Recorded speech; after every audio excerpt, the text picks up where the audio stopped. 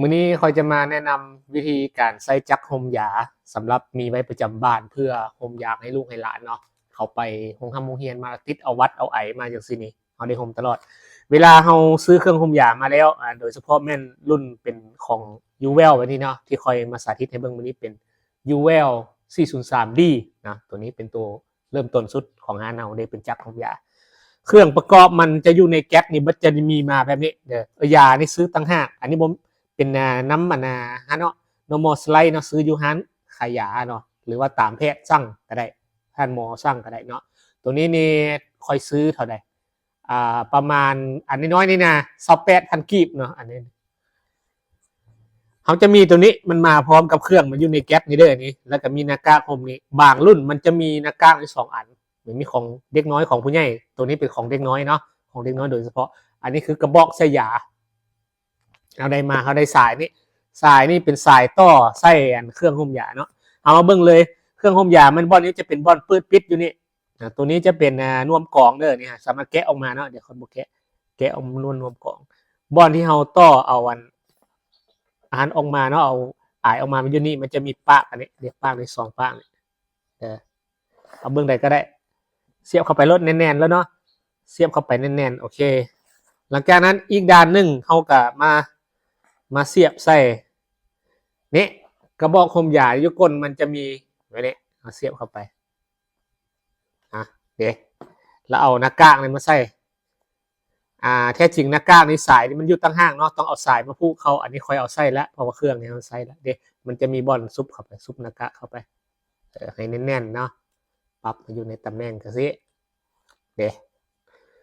หลังจากนั้นเรามาเบิ่งบ้านเฮาสิใส่ยาใส่หรือว่าใส่น้ำห่มยาเนาะเอาเบิ่งเลยมันจะมีขีดอยู่นี่เด้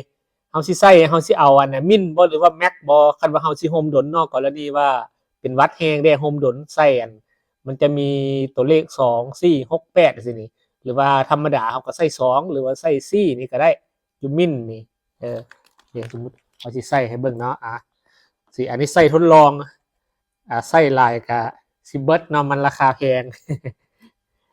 เอาสิใส่อยู่ลุ่มๆเนาะครับใส่ก็มันมีฝาเปิดปิดอยู่นี่เด้อนี่เห็นป่ะมันมีเปิดปิดแบบนี้บอลใส่นี่เขาเปิดเอามือดันไปมันก็จะปิดเนาะปิ้นอย่างนี้เด้เอาใส่ลงนี้แล้วเนาะใส่ลงนี้แล้วเขาก็เบิ่งทางลุ่ม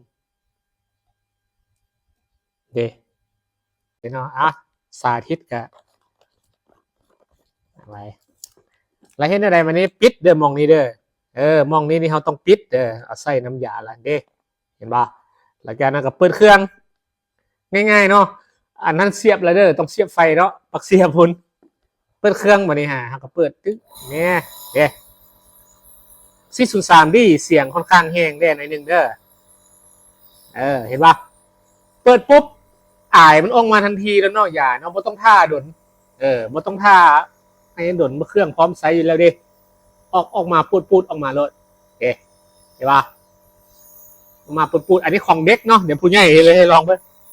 เดี๋ยวเขาก็ใส่ตัวนี้ให้เด็กให้ลูกให้หลานเขาใส่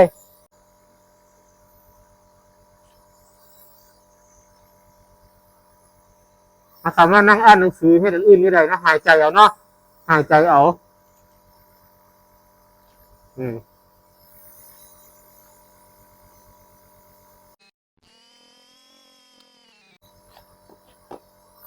มันให้เขากับสมมติเราห่มแล้วเขากับปดเนาะอายออกอยู่ปิดนี่กดนี่แป๊บบาทเดียวแล้วก็เรียบร้อยเลยหยุดตรงนี้ให้เอาไปทอดแล้วไปทำความสะอาดคาเสื้อเนาะเอาไปล้างทำความสะอาดคาเสื้อตัวนี้บ่ต้องปะไว้เลยเนาะหลังจากนั้นเราก็เก็บไว้เก็บสายเก็บอย่างไว้เอาปะไว้อยู่ในเฮือนในบ่อนที่ว่าอากาศถ่ายเทเนาะบ่ต้องปะในบ่อนที่มีความร้อนหรือว่าสิเกิดในเครื่องเราเสียหายปะไว้ให้ดีเวลาเรามาใช้งานเราก็ใช้แบบนี้